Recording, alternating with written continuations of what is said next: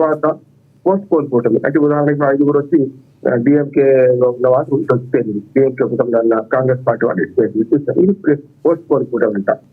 కనుక post poll కూటమి పూర్తి కాలే కదా. 5 వస్తే మహా అంటే 2107 + 5 12 అయింది. కనుక చివరి ఆప్షన్ ఏంటంటే ఎవ్వరు ప్రభుత్వం ఏర్పాటు చేయని పరిస్థితి అసెంబ్లీ సుప్త చేతురావు పంపడం. అట్లా అసెంబ్లీ ఉంటుంది, ఎమ్మెల్యేలు ఉంటారు, జీతాలు తీసుకుంటారు, సమావేశాలు ఉండవు. అది ఎప్పుడైతే ప్రభుత్వం ఏర్పడుతుందో అప్పటి నుంచి సమావేశం జరుగుతుంది. ఇది 4వ ఆప్షన్. ఎస్ఆర్ బొమ్మాయి కేసులో అయినా, అంతకుముందు సుప్రీంకోర్టు ఇచ్చిన దాంతో పాటు పూర్తి కమిషన్ అయినా, అట్లాగే సర్కారీ కమిషన్ అయినా కొన్ని మార్గదర్శకాలు తిరిగి ఎక్కడ రాజ్యాంగంలో ఎక్కడ లేదు. ఎట్లా ఎవరిని పిలవాలి, ఎవరిని పిలవద్దు అనేది గవర్నర్ ఇష్టం. ఇక్కడ గవర్నర్, అక్కడ అయితే రామ్మోహన్ గారు ఒక్కటి మిమ్మల్ని అడగాలి, మీరు చెప్పండి మీకున్న ఎక్స్పీరియన్స్లో అక్కడున్న పరిస్థితుల్లో విజయ్ స్టార్టింగ్లోనే తప్పటడుగు వేశారు అనుకోవచ్చు. ఎప్పుడైతే కాంగ్రెస్ పార్టీ 5ని సపోర్ట్ ఇచ్చిందో 5 పేర్లను కలుపుకుని వెళ్ళి ఆయన ఎప్పుడైతే అక్కడికి వెళ్ళారో గవర్నర్ పిలిచేంత వరకు వేచి చూస్తే బాగుండేదా? ఎవరైతే సింగిల్గా మీరు వస్తారో మీరు రండి అని గవర్నరే అవకాశం కల్పిస్తే ఇన్ని బాధలు ఉండేవి కాదేమో. ఆయన డైరెక్ట్గా వెళ్ళటం ఎలా అంటారు? తొందరపాటు. ఇప్పుడు మొత్తం 3 సార్లు అంటే ఎప్పుడు అత్యవసరి చేస్తూనే పోతున్నారు. మొట్టమొదటి తన 107 మంది సభ్యుల సంతకాలతో పోయిండు. మొట్టమొదటి అసలు ఒక రకంగా చెప్పాలంటే మొదలు తన పార్టీలో తన మన ఏమంటారు పార్లమెంట్ మీటింగ్ లో తనకు తాను ఎన్నిక వస్తుంది. తను ఎన్నుకుంటే ఎవరు? తనంతా తాను నేను ఒక్కడిని ఎన్నికైనా మిగతా అందరూ ఎక్కడి వింటారు అన్నట్టే కదా. అసలు అసెంబ్లీ సభ్యులు అందరూ సమావేశం పెట్టి తనను ఎన్నుకోవాలి, ఒకరు ప్రపోజ్ చేయాలి, ఒకరు బలపరచాలి, ఎన్నుకోవాలి. అది ఇక్కడ జరగడే, ఆ మీటింగే జరిగింది. డైరెక్ట్ తానే పోయింది. మొట్టమొదటి తొందరపాటాకి 107 సీట్లను సమర్పించాను.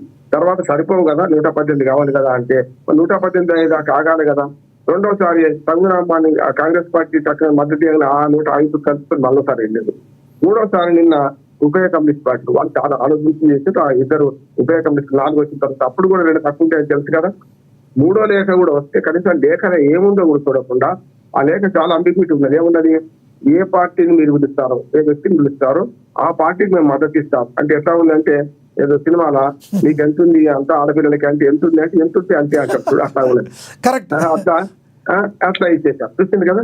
అందుకని ఏమంటా అంటే ఇది అంతా అపరిపక్వ రాజకీయం అంటున్నారు. ఎందుకంటే అప్రజాతంగా మెజార్టీ ఇచ్చారు, చాలా మంచిగా ఆదరించారు. ప్రజలు ఆదరణను కొంచెం తొందరపడకుండా కొంచెం నీళ్ళెస్ పట్టుకొని తీసుకుంటే బాగుండేది. నేను చెప్తున్నాను 4 పార్టీలు, 2 జాతీయ పార్టీలు, 2 ప్రాంతీయ పార్టీలు ఇవాళ తన కురుక్షేత్రంలో పద్మవ్యూహంలో అభిమన్యుడి లాగా ఆయన మారిపోయినట్టు. అభిమన్యుడికి దొరకడం తెలుసు, అంటే ప్రజల్లో గెలవడం తెలిసింది. కానీ లోపలికి పోయిన తర్వాత ఇంతమంది చుట్టుముడితే ఏమైతుందో తెలియదు అంటున్నారు. బయటకు రావడం తెలుస్తుంది. అయితే రామ్మోహన్ గారు ప్రధానంగా చూసుకుంటే ఇప్పుడు ఏదో ఒక తంటాలు పడి పార్టీ ఫామ్ చేసినప్పటికీ కూడా సుహృదమైన వాతావరణంలో అన్నాడీఎం మీరన్నట్టు అన్నాడీఎంకేతో వెళితే ఆయనకి లాంగ్ లైఫ్ ఉండేది 5 ఏళ్ల పాటు. ఇప్పుడున్న సిచ్యువేషన్లో ఫామ్ చేసినా కూడా దినదినగండంగా ఉండే అవకాశం ఉందంటారా?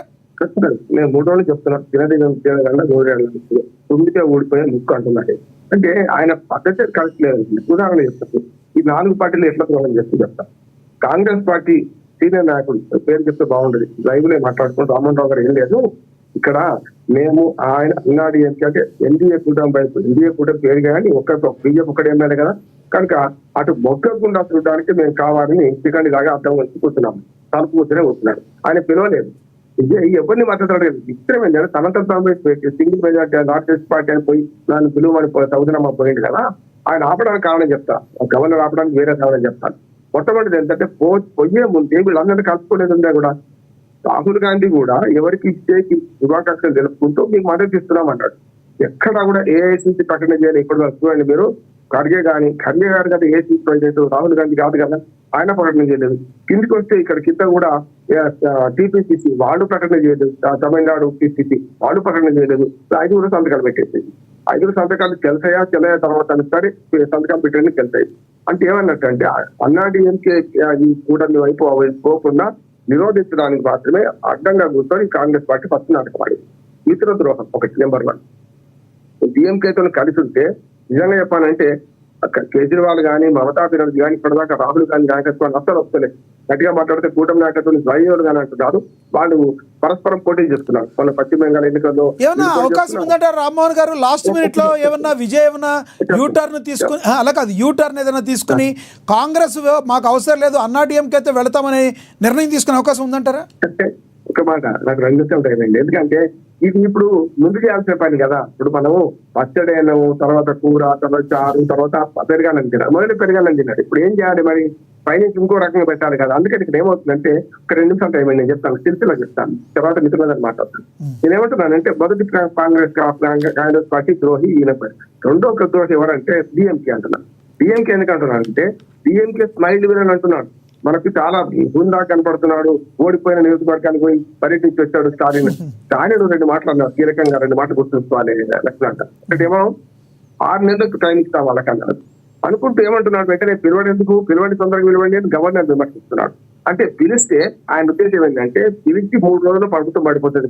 గతంలో అజిత్ పవారు, దేవేంద్ర ఫడ్నవీస్, అట్లాగే యడ్యూరప్ప, ఇక 100 ఉదాహరణలు చెప్తారు. ఆఖరికి మనకు 13వ నెలలో వాజ్పేయి గారి ప్రభుత్వం పడిపోయింది కదా.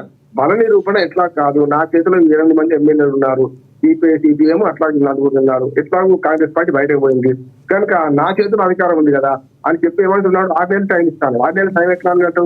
ఒకటేమో తొందరగా పిలువమని అంటున్నాడు. 3 రోజులు ప్రభుత్వం ఏర్పాటు ఇప్పుడే ఇంత గందరగోళం జరుగుతుంది కదా. అప్పుడు ఇంకా గందరగోళం కదా. ముఖ్యమంత్రి భవన స్వీకారం చేస్తాడు. ఆయన సొంత భార్యనే విడాకులు ఇవ్వడానికి 250 కోట్ల రూపాయలు ఇచ్చిందారు. డబ్బు ఉన్నది. ఎక్స్ప్లెయిన్ చేయాలా? ఒక మాట దీంతో పూర్తి మిగతా అంతా కంప్లీట్ ఇవ్వాలి. తర్వాత ఏమంటున్నా అంటే ఇది ఒకటి స్టాలిన్ ఏంటంటే తన అనుమతితోనే వాళ్ళు పోతున్నారు. సిపిఐ సిపిఎం కూడా ఎవరిని అడిగింది అంటున్నారు, కానీ వాళ్ళు కూడా ఏమన్నారు, మేము సంప్రదించి మా మిత్రపక్షం కాదు అన్నారు. అంటే కాంగ్రెస్ మిత్రద్రోహం చేసింది, వీళ్ళు మిత్రపక్షంగా ఉన్నారు. ఆ తర్వాత మిగతా ఈ 4 వచ్చారు, మిగతా 4 ఆయన చేతిలో ఉన్నారు. అంటే దారాలు ఆయన చేతిలో ఉంచుకుంటారు. అంటే ఒకవేళ ప్రమాణ స్వీకారం తొందరపడి చేయిస్తేనేమో పడకూడదాం, లేదు 6 నెలల తర్వాత మళ్ళీ వచ్చిన పెట్టవచ్చు కదా, అప్పుడు ఆ చేతిలో ఉంటాయి అంటున్నారు. అందుకని దానిని జాగ్రత్తగా అడుగులేస్తూ ప్రజల ఆగ్రహాన్ని ఇప్పక్క అందించుకో ప్రయత్నం చేస్తారు. ప్రజల ఆగ్రహం ఎట్లుంది? డిఎంకే కలిస్తే రేపు పొద్దున ప్రజలు వీధిలోకి వస్తారు. ఇప్పుడు ఎన్టీ రామారావు గారు జరిగిన అన్యాయం నాలాంటి వాళ్ళ యువకుడిని మొత్తం రోజు వచ్చారు. ఆ పార్టీతో సంబంధం లేదు, ఎందుకంటే నేను న్యూట్రల్ ఉండేవాడిని. అటువంటి అందరం వచ్చినాం. ఇప్పుడు కూడా ప్రజలు తిరగబడతారనే దానికి ఇటువంటి నాటకం ఇంకోటి అవుతున్నారు. ఇటు బీజేపీలు ఏంటంటే ఎట్లా చూద్దాం, ఏం జరుగుతుందో చూద్దాం, ఇవాళకప్పుడు రేపు మాదికే వస్తాడని వాళ్ళు అనుకుంటారు. అయితే ఇక్కడ ఏంటంటే బీజేపీ కనుక కాషాయీకరణలో భాగంగా 22 రాష్ట్రాలు నాకున్నాయి, ఇంకా 23వ రాష్ట్రం కూడా తమిళనాడు కూడా కాషాయానికి వేస్తూ ఇవాళకప్పుడు రేపని బీజేపీ చూస్తున్నారు. అన్నాడీఎంకే ఎమ్మెల్యేని తీసే ప్రయత్నం చేసిన వాళ్ళు కూడా గట్టిగా, అంటే ఇప్పుడు ఎవరు ఎమ్మెల్యేలను వాళ్ళు కాపాడుకుంటున్నారు. దక్షిణాకాలం ఈ సిరిసిల్ల ఈ చౌరస్తాలో, ఈ రాజకీయ చౌరస్తాలో నిలబడ్డాడు. ఆయన మొట్టమొదటి తప్పు చేసిందేమో మొదలు పోవడం, రెండవదేమో సగం మంది పోవడం, మూడవదేమో ఇంకా తక్కువగా పోవడం. ఇప్పుడు ఉత్తు బిగిస్తున్నది, ఒక్కరికొక్కరు డిమాండ్ చేసుకుంటూ రేపు పొద్దున అధికారంలోకి వచ్చిన తర్వాత కూడా ఈయన తెలంగాణ నూరెళ్ళాల్సి అవుతుంది. ఇప్పుడే ఈ పరిస్థితి ఉంటే అందుకని ఆ గవర్నర్ గారు స్పష్టంగా చెప్తున్నాడు, కనీసం మెజార్టీ నిరూపించుకునే అవకాశం త్వరలో చేయి, కానీ సంతకాలను తీసుకురాంటున్నాడు కదా, ఆ సపోర్ట్ అవసరం ఏముంది? సంతకాలు తీసుకొని వస్తే కనీసం దానికి కట్టుబడనే ఈయన ప్రభుత్వాన్ని మొదటిసారిని గెలిపిస్తారంట. ఒక 6 నెలలు తప్పనిసరి ముఖ్యమంత్రి ఉంటాడు కదా. కానీ ఆయన ముందు సవాళ్లు తర్వాత మాట్లాడతాను, సవాళ్లు ఉన్నాయి. అట్లాగే ఆయన ప్రభుత్వం నిలబడాలంటే ఒకటే ఒక మార్గం, నిజాయితీగా అవినీతి రహిత పాలన కనుక తాను అందిస్తే 6 నెలల తర్వాత ఆ ప్రభుత్వానికి ఇచ్చేస్తే ప్రజల ఆగ్రహం వస్తుంది. తప్పనిసరి మళ్ళీ అసెంబ్లీ రద్దు చేసి మళ్ళీ ఎన్టీ రామారావు గారు రెండోసారి ఎన్నికలు పోయినట్టు 85 ఎన్నికలు పోయినట్టు అది జరుగుతున్నాడు. ఇది ఒక ఓపిక బట్టి అనుభవంతో కొన్ని సలహాలు తీసుకుంటే విజయం ముందు అవకాశం ఉంది. రాత్రి సస్పెన్స్ చూస్తే, తమిళ సస్పెన్స్ చూస్తే, సినిమా థ్రిల్లర్ ను తలపించి అనుభవ రాహిత్యంతోనే ఈ